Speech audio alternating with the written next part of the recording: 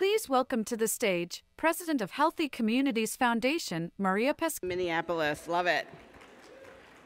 Who just had a birthday yesterday. Good afternoon. As I mentioned, I'm Maria del Socorro Pesqueira, President of the Healthy Communities Foundation, and I have the proud honor of presenting the Terrance Keenan Leadership Award. The Terrance Keenan Leadership Award honors outstanding individuals in the field of health philanthropy whose work is distinguished by leadership, innovation, and achievement. Leadership entails the thoughtful and creative deployment of the resources available to grant makers. Leadership provides the inspiration and momentum needed to address today's pressing health issues and provides vision and insight into the challenges of tomorrow. Leadership entails innovation. In the face of deeply rooted problems, leaders affirm, improvise, and take risks. By his example and instruction, Terrance Keenan charged us with exercising the freedom to invest in leadership and develop new institutions and systems to confront major needs. He encouraged us to embrace both the freedom to fail and the freedom to persist. This annual award, established in honor of his more than 40 years of service and contributions to the sector, is intended to acknowledge those whose work embodies his spirit of innovation, compassion, and dedication. Dr. Myechia Minter-Greene embodies these characteristics. Dr. Myechia has led meaningful action to drive change throughout her career. As an internist, she saw firsthand how Black and Brown patients disproportionately face barriers to care and has dedicated her career to overcoming them. As CEO of the Dimick Center, a large community health center in Massachusetts, she championed efforts breaking down barriers in her community and in turn was responsible for Dimick's recognition as a national model for comprehensive integrated health care. In that role, she witnessed firsthand the ways in which well-meaning funders seek to implement solutions to problems that do not meet the needs of community. She took that experience and knowledge into her current role as president and CEO of CareQuest Institute for Oral Health, one of few funders focused on oral health transformation.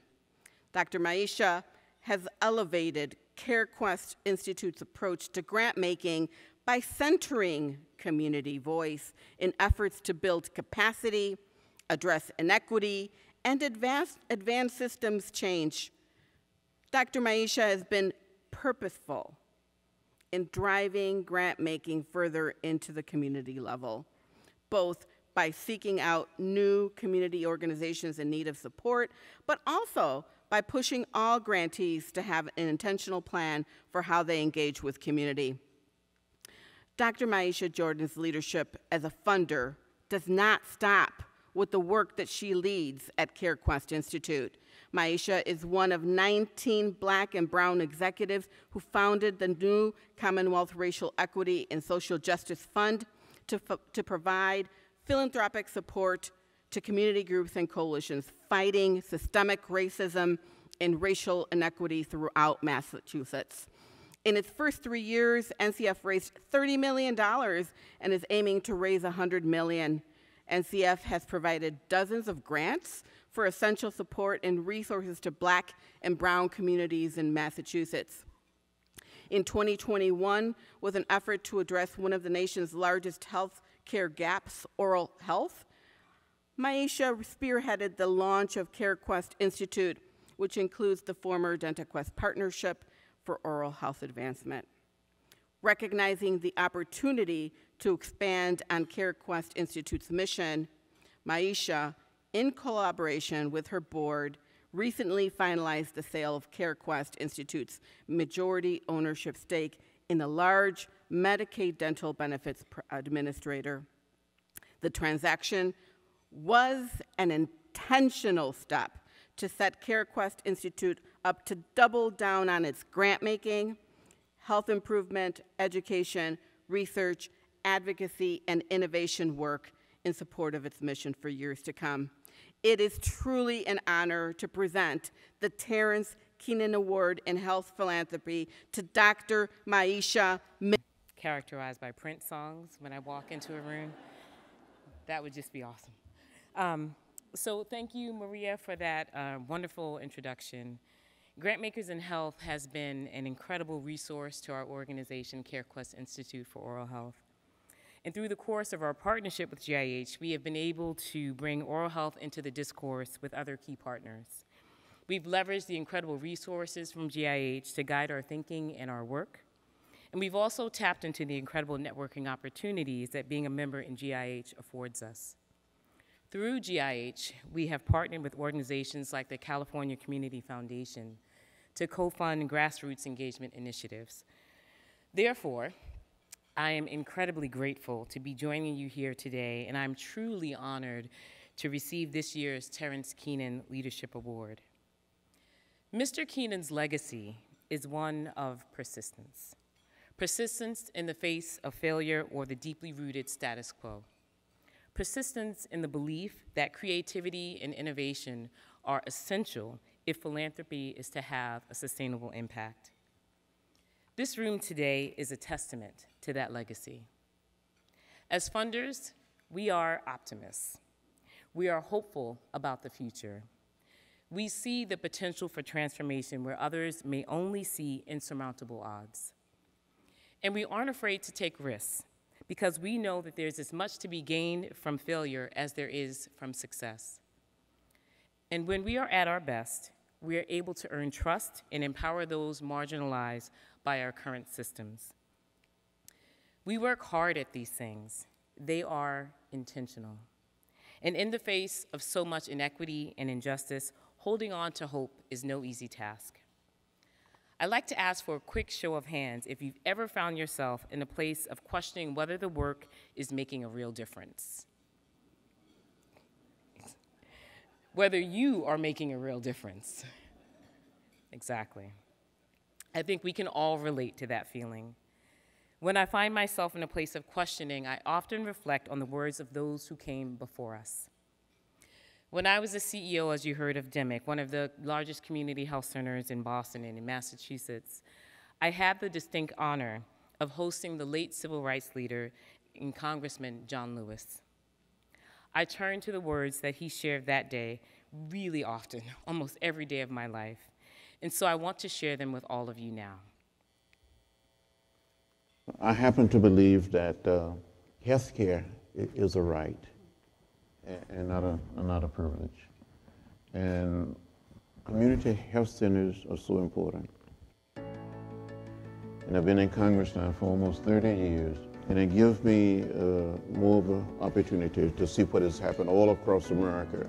Many minority communities, people have been sort of left out and left behind. The Affordable Care Act and making the resources available at the federal level, we need to do much more. We have a right to know what is in the food we eat, what is in the water we drink, and what is in the air we breathe. But we have to confront all of our health issues, all of our problems, and deal with it. You went door to door saying, you can do this. Together we can do it. As a community, as a neighborhood, we can do this. We can make it work. Don't wait for someone to say, you go there, oh, this is the 1, 2, 3 ABC. Just do it. Part of living is to be hopeful, be optimistic that we can do this. We can overcome it. We can heal our communities. We can heal our neighborhoods. We can heal our people. You have to believe it. Believe it in your bones. And get out there and just do it. I don't know if you saw that hug in that video. Thank you. Thank you. But I did not want to let that man go. I think they probably had to wrench me off of him. How can you not be energized by that? For me, the congressman's words captured 3 fundamental truths. Number 1, healthcare is a right, not a privilege. Number 2, don't wait for permission, just do it.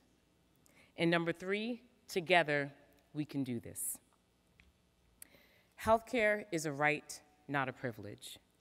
Like Congressman Lewis, I believe that we all have the right to live full and healthy lives. I started my career in medicine because I wanted to have a direct impact on people's ability to do just that. My mother was a nurse and deeply passionate patient advocate for more than 30 years. Seeing how she improved her patients' lives informed my decision to practice medicine and to do so in an underserved and marginalized community. I will never forget walking to my patients' rooms and experiencing their sense of surprise and relief when they realized that their doctor actually looked like them and had the cultural competence to understand their experiences.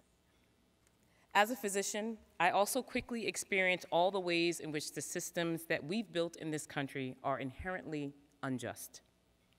Our healthcare system doesn't work for everyone because it wasn't built to. The direct impact that I thought I could have for my patients was always going to be limited in a system like this. I started to think beyond the one-on-one interactions with my patients and started to seek out ways to fundamentally change the system. So today I am here as a CEO of as the former CEO of one of the largest community health centers in Massachusetts, serving the community of Roxbury, which is predominantly Black and brown. I'm here now as the president and CEO of CareQuest Institute for Oral Health, a national nonprofit and the largest oral health grant maker in the country, seeking to make oral health more accessible, equitable, and integrated. I'm here as a partner, a collaborator, an advocate, pushing for systemic change. Through each of these experiences, I've seen firsthand the impacts of systemic racism and inequality on the health and well-being of our communities. I've seen how Black and brown Americans disproportionately face barriers to the care that they need and that they deserve. I've also seen incredible progress to dismantle these barriers. Efforts to integrate medical, dental, and behavioral health are keeping patients healthier. Routine oral health screenings in community settings are leading to life-changing diagnoses. Prevention and early detection can be crucial to saving lives. I've dedicated my career to breaking down barriers and elevating solutions that embrace data, evidence, and community voice. Don't ask for permission, just do it. In all these spaces, I've sat across from government officials, nonprofits, and private companies, urging them to partner and invest in underserved communities. I can't tell you, and I'm sure you've experienced this yourselves, the frustration that you feel at the lack of recognition, understanding, and in far too many cases, outright lack of interest in focusing in on these communities. In 2020, this frustration turned to unabashed outrage as we witnessed the unfathomable loss of life in the wake of a global pandemic and a national reckoning with racial injustice. It was a unique moment where many of us said, why are we looking to others to do what we know needs to be done? That summer, I joined 18 other Black and brown leaders in Massachusetts who decided that we weren't asking for permission, we were going to do something about it. Take a look. Check on him, he's not responsive right now. Back off! Get off! Get off the street for your responsive. And you would know he's not responsive right now. He's not responsive right now. A coalition of 19 Black and brown executives from around Massachusetts met on a Zoom call about 2 weeks after the murder of George Floyd. When racially charged violence erupted inside a global pandemic and left a need in our streets, we gathered. 19 corporate heads shaped by our common experience and fueled by a passion to create the system of change that ends systemic racism across the Commonwealth. all 19 of us honestly ran to the fire, right?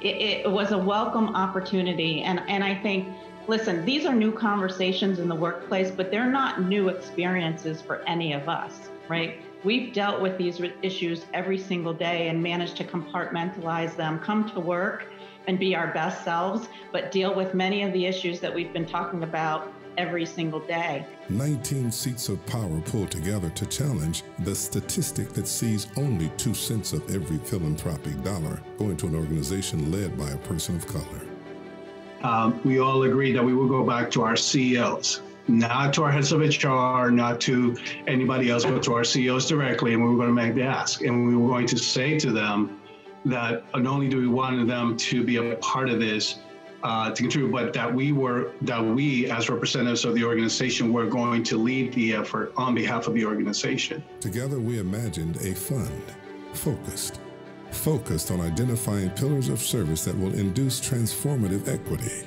focused on leveraging our individual and collective power to work with Black and Brown-led community organizations who are actively upholding our people. We don't provide soapbox leadership. You know, it's easy to get on the soapbox, stand up and yell and scream about the things that aren't working, but you can't scale that. We wanted to make sure that we are actually on the ground, inspiring those to get involved, inspiring our allies to make sure we're all committed to this and we're all in this together. How do we think about underserved populations? How do we think about marginalized populations? And how do we empower those who have been disproportionately impacted by systemic racism and social injustice? Focused on amplifying the underfunded and overstretched voices of those who are battling inequity on the ground. Together, we've contributed millions of dollars to these organizations with a mission to enrich our neighborhoods, build up our communities, and nurture our children who will, one day, sit in our seats. But more than anything, it feels good that we're all working together to try to solve a problem, to call that problem out, and we're committed to try to do our part to fix that problem.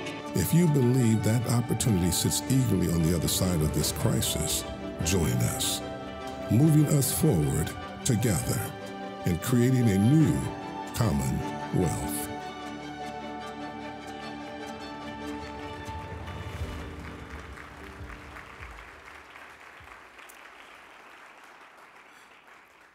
So through NCF, we leverage our collective power and position to create the new Commonwealth Fund, a nonprofit raising and directing.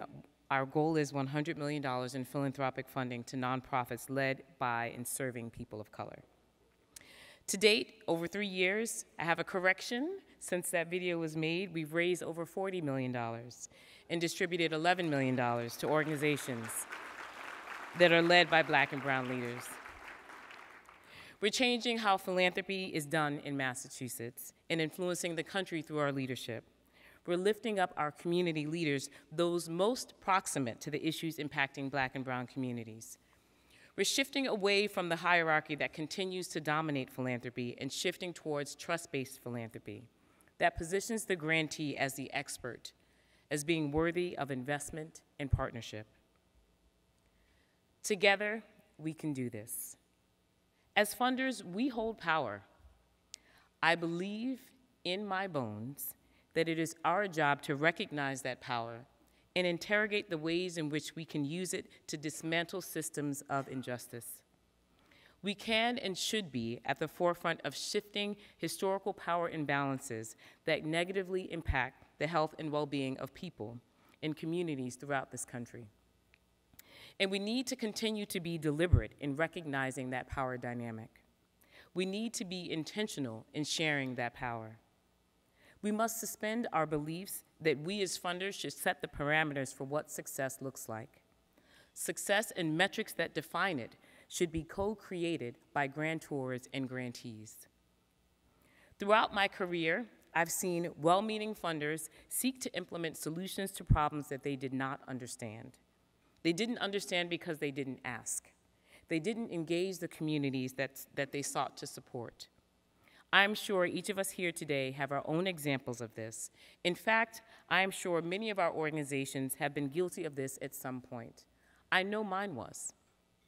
At CareQuest Institute for Oral Health, we've challenged ourselves to reevaluate our philosophy and approach to philanthropic investment. Effective, Sustainable and impactful investments to advance health equity begin with an acknowledgement that solutions for marginalized communities must be developed in partnership with the communities closest to the problems. We are pushing back and engaging in productive conversations with organizations when they do not represent the people that they aim to serve or do not demonstrate authentic and meaningful engagement with community. We are asking tough questions and setting expectations for getting the answers. We're asking about the diversity of their boards. We're asking about the diversity of their leadership teams and the staff of the organizations that are seeking our support. We are mandating that community and its voice must be represented in the work and given power to guide decisions. Progress is happening because we're taking the time to listen, ask difficult questions, and work together towards solutions. We need better access to preventative care for underserved populations. Dental and medical systems need to talk to one another. A care model that prioritizes value over volume. Patient experiences that are equitable and holistic. But ultimately, we need to empower people.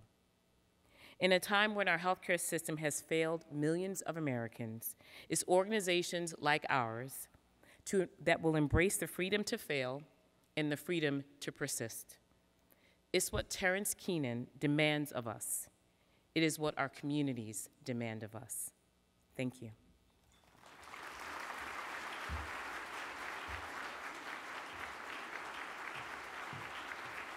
Please welcome to the stage President Emeritus of the Ripple Foundation, Laura Landy.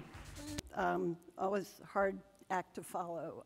Really appreciate the presentation and the sentiment, and it's an honor to be here and to be here with you all today. So I am Laura Landy, my name's gone, and I am the President Emeritus of the Ripple Foundation and a proud member of the GIH board. It's really, truly an honor to introduce the winner of the 2023 Andy Hyman Award for Advocacy, Greg Jackson, Executive Director of Community Justice Action Fund. Chosen from a strong group of candidates submitted by GIH partners, Greg embodies the characteristics of what we at Ripple called stewards. Those are people and organizations who reach beyond their self-interest to work with others, to reimagine our systems, and to create a future where all people can thrive, no exceptions. Cultivating and supporting the work of stewards who can make a difference are at the heart of the work Ripple has done, certainly for the last 16 years. Let me go here, back here.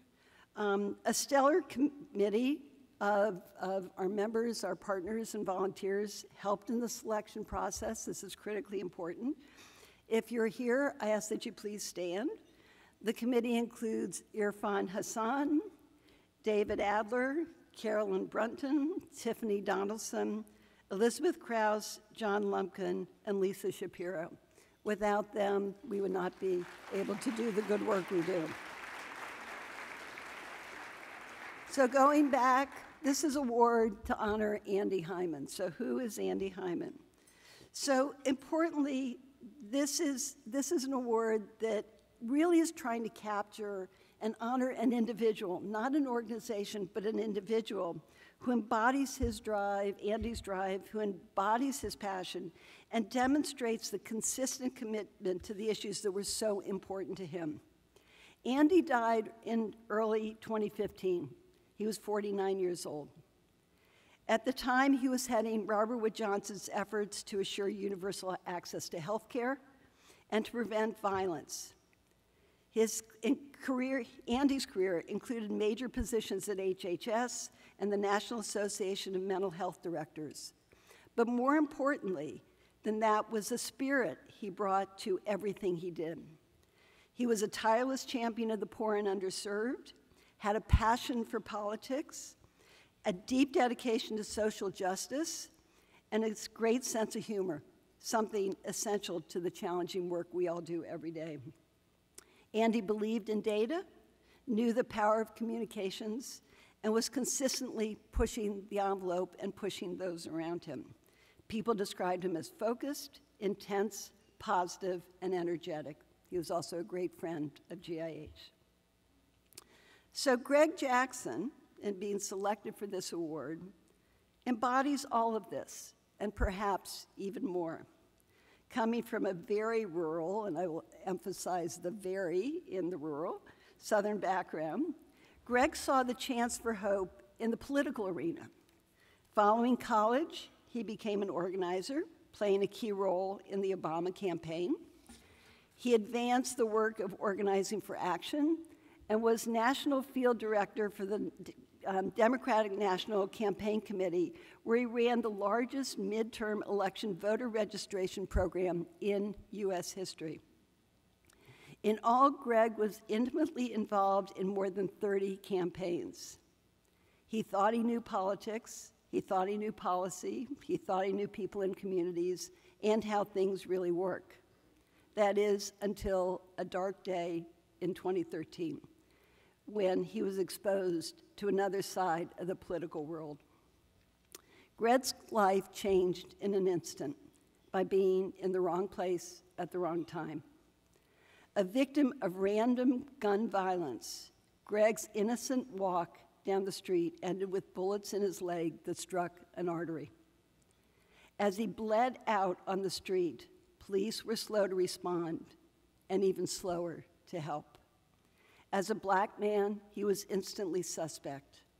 What was he doing? Why was he there? Greg almost died that day. Luckily, an ER doctor eventually recognized his wounds, or he wouldn't be with us here. When a close friend of the family was killed by gun violence, he had had enough. And with more than 55,000 people in the US being killed by gun violence each year, both homicides and suicides, he knew that policy and politics alone would not bring a solution. Since then, Greg has dedicated his life, oops, I should be looking, oh, there he is there, sorry. Since then, Greg has dedicated his life to addressing gun violence. He has worked with youth at risk and helped build engagement movements. He also led the DC Mayor's Office of Community Relations and Services before helping build the Community Justice Action Fund. Importantly, working in both a C3 and a C4 environment, Greg engages communities, local leaders, elected officials, and residents to advocate for proactive and preventive solutions to end gun violence. Particularly important in the work that he does and the organization does is his focus on policy and how we change policy at both the state and the federal level. He has also led the effort to build political power through electoral participation by mobilizing 1,000 volunteers to connect with over 1.6 million voters across the US. On top of this, and very important, Greg is a warm, engaging human being and a true steward. It's my honor to present to you a man Andy Hyman would have loved to know, Greg Jackson.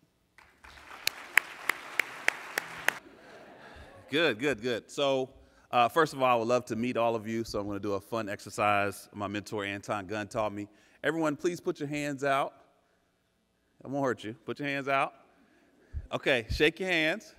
Okay, we've all shook hands. Done. The public health way. But good afternoon, and thank you again for having me. Thank you so much to the grant makers in health. Big shout out to Langloth Foundation for nominating me for this. This is a true honor. I've been in this work for a long time, and honestly, it's thankless work. You know, it's work where they're both here, so please give them a round of applause.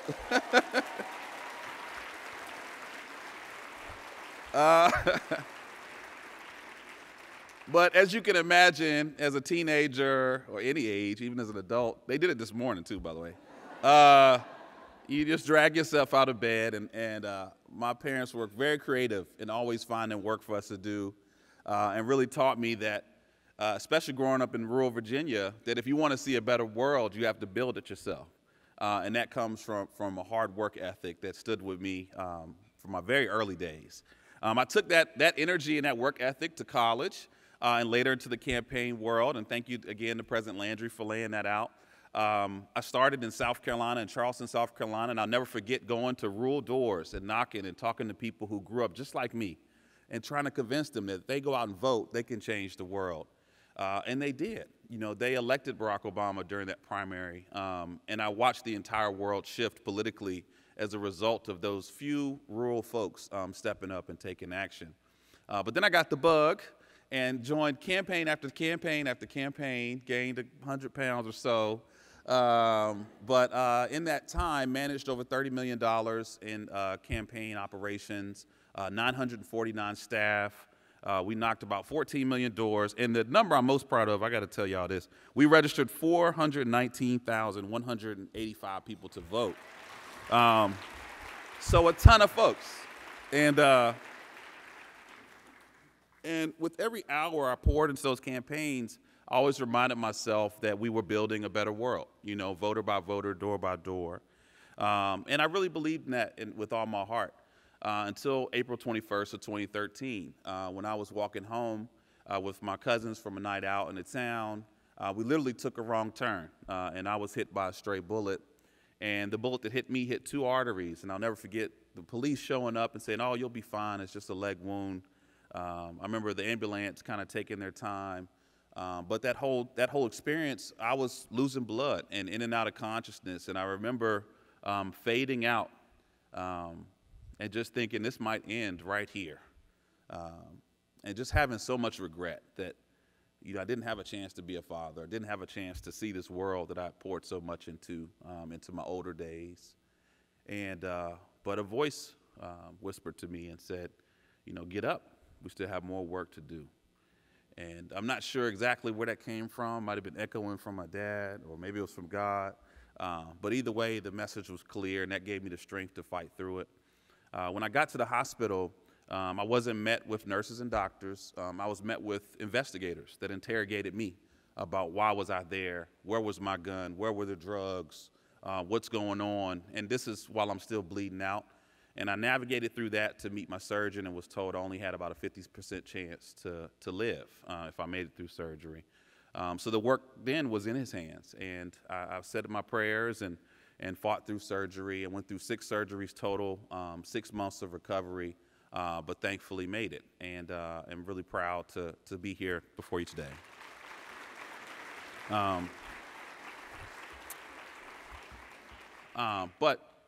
Unfortunately, I was given a crash course that day about how America sees this crisis of gun violence. We're in a country where the focus is solve the crime first, and then maybe we'll save a life second. And I thought what I went through was traumatizing and unique, but I quickly learned when I started to share my story. I heard from hundreds of others who were just like me, mothers who had lost their loved ones and had been treated as suspects, you know, individuals who were bystanders who were also treated and criminalized in their experience of surviving gun violence. And I also realized how big this crisis was. You all know this, hopefully, as health professionals, but every year over 50,000 people are killed by firearms, over 100,000 injured or killed. And that also has a real fiscal cost. Over $557 billion are lost from our economy every year. That means that every homicide costs our American economy around $2 million. And I do have slides. No fancy videos, but I got some slides. Shout out. But this is a real issue. And for me, when I was shot in 2013, as I stand before you today, that means that over 1 million individuals have been directly impacted by this crisis. And this is more than numbers. You know, this is, for me, you know, after I was shot, I started to work locally in my neighborhood, mentoring youth. And there was a young man named Karan Brown who was really passionate about this issue. He hosted his own Stop the Violence rally in his neighborhood. And weeks after he was hosting that event, he was shot and killed outside of a McDonald's in Washington, D.C. And I'll never forget that because I was mentoring him, and now his life was gone. And to watch the community feel that pain and to watch his friends who wanted to just play football in the yard now mourning their friend at the tender age of 10 years old, it broke my heart. But it hadn't ended yet. That very next summer, Devon McNeil, who was at that vigil with us, who tragically has a shirt that says, "R.I.P. Karan Brown, Stop the Violence," in most of his vigil photos, he was shot and killed 1 block over from my home at a Stop the Violence cookout. And unfortunately, we're watching this cycle of violence continue to roar forward, and the community is the one that's stepping up to fight, to change things, and putting their lives on the line. And so many of them are losing their lives, even the youngest in our communities. Quick exercise, raise your hand if you've seen something about gun violence in the last 48 hours in the news. All right. I want you to raise your hand if in your music playlist you have an artist that maybe was lost to gun violence. Quite a few. I want you to raise your hand if you know someone who's been shot or killed by gun violence. And then lastly, please raise your hand if you personally have survived an act of gun violence. All right. Recent studies show that 1 in 5 Americans now are likely to lose someone they know to the crisis of gun violence. And it's something that's so tragic, but is disproportionately impacting Black and brown communities. Black and brown men make up around 70% of homicides in America. And if you look at the media, you would think everything is an episode of Power or Snowfall, right? That it's gangs, it's crime, but statistically that doesn't hold up. In fact, 70% of homicides in the Black community are not connected to another felony, and 11%, only 11% are related to gang activity. And so that begs the question that if this is not about crime, then what's actually happening in our communities? Boom. So when I recovered, I was obsessed with this. Like, why are we seeing this violence? Why is it surging? I met so many amazing leaders and academics and activists, and we dug in, and we learned that this is really a health crisis that has been overwhelmingly treated as a crime crisis. And it's having a real impact on our unwilling or inability to address this crisis. And so I joined Community Justice Action Fund, that's our organization, and we set out to find those answers, but also to elevate the answers on how we can address this crisis. Our mighty team of 3 people in 2016 started by just raising hell, frankly, about what this issue is, what the solutions are, and what can be done. And for years, we were met with deaf ears, that this was something that, oh, well, we just got to get more law enforcement or harsher sentencing. It'll come together. But something really important happened, COVID-19. And in 2019, from 2019 to present time, we saw a 43% increase in homicides. This was before the uprisings after George Floyd. This was before any type of reductions in police enthusiasm or funding or hiring. And what that told us was that there's a direct correlation between the other strains of everyday life, the other health crises that many of you are working on, and the impact on the crisis of gun violence. And so with that, we decided to step up and start to push for some of these solutions. There's a lot of them here. I'm not going to share them all, but please take a picture and embrace these. But there are 3 major areas that we've been prioritizing. One is we have to figure out how do we break the cycle of violence today. And there are multiple evidence-based proven strategies, many that are public health centered, that focus on intervening violence, whether that's providing resources and services for survivors, doing street outreach to those who are most at risk, hospital-based violence intervention programs that work with folks after they've been traumatized, and even behavioral therapy strategies that work with those who have a history of violent behavior or a history of being victimized by violence. All of these strategies have been proven to save lives, but there was a big problem. There were no resources for them. Many of these organizations were dependent on local dollars, maybe city dollars at most, but that was it. And most of the employees that we met and worked with were getting part-time pay, did not have insurance, and a lot of them were putting their lives on the line to implement these strategies. Secondly, we saw that there are real risk factors that we could address, whether that's the access to firearms, the access to ammunition, the lack of economic opportunity, and a lot of these risk factors were not being focused on being addressed in the communities suffering most. And then lastly, there were very large root causes that we know can eradicate and have been fueling these risk factors, all of which had not been concentrated on those who have been most tragically impacted by gun violence. All right, so community violence, we got to work. We grew from 3 to a few other amazing folks here. You see all our great faces.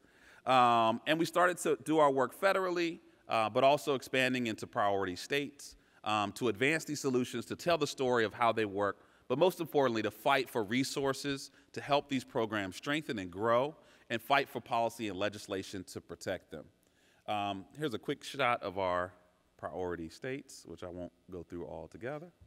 And in our work, surprisingly, when we started to put the rubber to the road, we saw a lot of progress. I'm only going to highlight a few key accomplishments. But one, we were able to get President Biden on December 21st of 2020 to acknowledge gun violence as a public health crisis. And that was huge, the first president ever to do that. The director of the CDC was the first director in history to acknowledge gun violence as a public health crisis, and even did a whole 2020 special on this. And of our multiple White House executive actions we proposed, 4 of them were adopted and announced, which was so beautiful. And we actually secured $14.2 billion in funding for community violence intervention and prevention programs across the country. So, yes. Now, quick side note, our team did not get those dollars. So don't think about those billions when you think about community justice, because we need some more, you know. As my staffer, Victoria, would say, we need them coins. But a couple other big things. We didn't do it alone. We organized over 400 organizations across the country to join us in coalition. We have 2 large coalitions, the Invest in Us Coalition and the Fund Peace Coalition.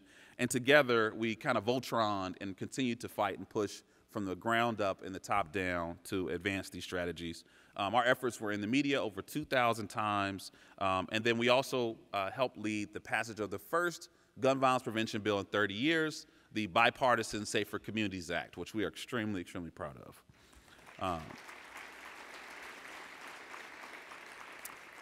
But the most important accomplishment of all of those was that we were able to inspire and empower other survivors like me to take action. When I started, I'll never forget walking into meetings and being told, oh, you're a survivor, share your story, let us cry, and then you leave and we'll handle the policy. And that was heartbreaking, you know, and not only heartbreaking, but frustrating. Because I could walk in those rooms. My resume was way longer than everyone at that table politically, right?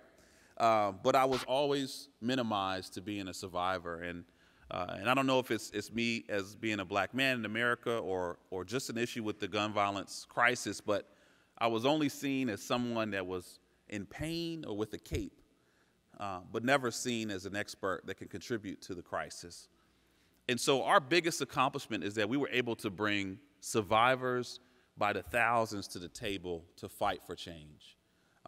Places like Uvalde, Texas, we have a great organizer, Christina Delgado, who has been behind the curtain for every press conference, every policy meeting, every legislative bill that's been introduced, and making sure that those families were the ones leading the charge. In Buffalo, New York, the entire community that was tragically impacted by that mass shooting led the charge to raise funds for their own grocery store, to host their own legislative caucus. And now one of the survivors is now running for county commissioner, Zanetta Everhart, and she's going to win. You know what I'm saying? So, and one of the other amazing folks who were part of our network was folks like Maxwell Frost, who was a young, ambitious organizer, just like me, always wearing T-shirts, even when he should be wearing a tie at our events, but also was a survivor and who was impacted and believed he could do more, and is now the youngest member of Congress in the U.S. Right now. So that to us was our biggest accomplishment, was empowering these new leaders across the country to not just be survivors, but to achieve and advance change. But with all that said, I want to end with one big thing. I want to turn to all of you and remind you of what my folks shared with me, that we have still a lot of work to do. And this crisis is not going to change if we allow it to remain a crime crisis. It's only going to change if we adopt this as a public health crisis and the public health community leads the charge to changing and ending this crisis. So shout out to President Landry. She said, give him some specifics. So here are the specifics, the specific things before I head out of here. One, We know that hurt people, but we also know that healed people heal people. We know that. And so a huge charge I have of you is to lean in on resources and strategies and demands to make sure that those who have been traumatized by gun violence are getting the resources and services they need to recover and then ultimately become the new champions and leaders of tomorrow. The second thing, we know that despite what the media shows us, gun violence is about more than mass shootings. The bulk of the lives that we're losing are in communities that are already vulnerable to other health crises.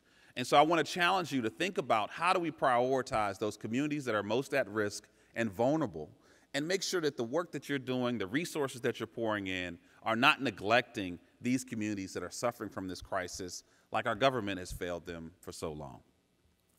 The third thing, we know that community-led violence intervention and prevention strategies work. There are thousands of organizations in all of your states. I've met some folks from Dayton, Ohio, Missouri, y'all from everywhere. And so I want to challenge you to find an organization locally in your area or local to your community or your service area and partner with them to help them gain the resources they need to be successful to save lives locally. And then lastly, to remember that those who are closest to the pain, we have the solutions. We have them. And we just need you. We need you to believe in us, to invest in us, and empower us to change our communities, and for folks like me to build that better world that we all want to see. And so, oh, thanks. So I just want to challenge you to do like our friends at Langloth have done for community justice, but really pour in and invest in organizations that are leading the way with those who have been directly impacted by violence. All right, last thing. I want you to turn to your neighbor, because she said I'm from the South, and it's true. Turn to your neighbor. Say, I want you to hear you say, neighbor. That was good. Let's do it one more time. I want you to say, neighbor. We have a lot of work to do.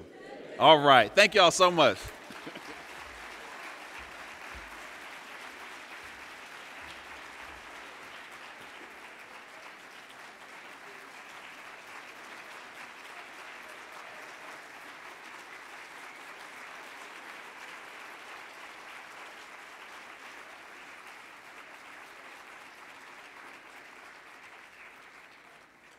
Please welcome to the stage Vice President for Programming of Grantmakers in Health, Jill Schumann. Motivating. I'm thinking about the theme of the conference, which is commitment to the long game. And I'm thinking about the characteristics that are required of us if we really are committed to the long game. And from our award winners, I heard persistence, motivated in the face of so much hardship when you think it can be so overwhelming. And I'm just so grateful that we had these guests and these award winners who reminded us and who served as this example of what we're all here for in the end, which is better health for all through better philanthropy. So I'd like to thank our award winners one more time.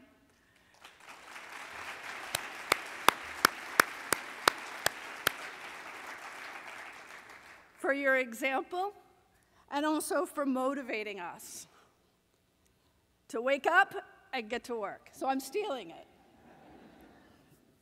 So again, one more round of applause.